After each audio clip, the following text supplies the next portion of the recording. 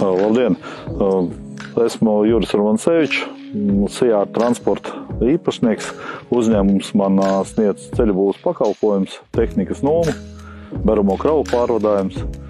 Sakarā ar savu uzņēmumu palīdzību bišķīt ir vieglāk piedalīties savas būvniecības laikā.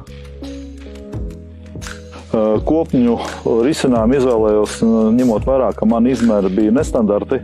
Ar parastām koku sijām nevarēja atrisināt būvniecības lietas, un meklējot visādus risinājumus, nokļuvu līdz Sijā Tenter. Arī ņemot vērā šo, ko mēs redzam aiz manīm, automašīnu novietni, ko es vēlējos priekš divām automašīnām, bet mans nosacījums bija, lai nebūtu pa vidu nekādu atbalstu stabu. Un atkal bija vienīgais, ko varēja risināt, tas bija kopnis.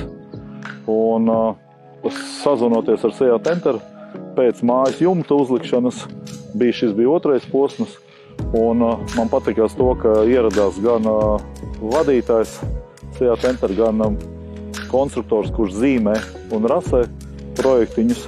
Mēs šeit uz vietas nonācām pie laba risinājuma, gan samērot, gan izrunājot līdz tālākai būvniecībai.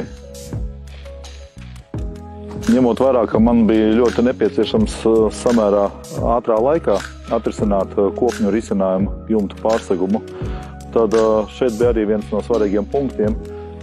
Viss bija ļoti precīzi atrunātajā laikā, precīzos datumos, pat patīkami bija, ka bija diena vai divas pat iepriekš no solītā termiņa, kur piegādāja viņi paši.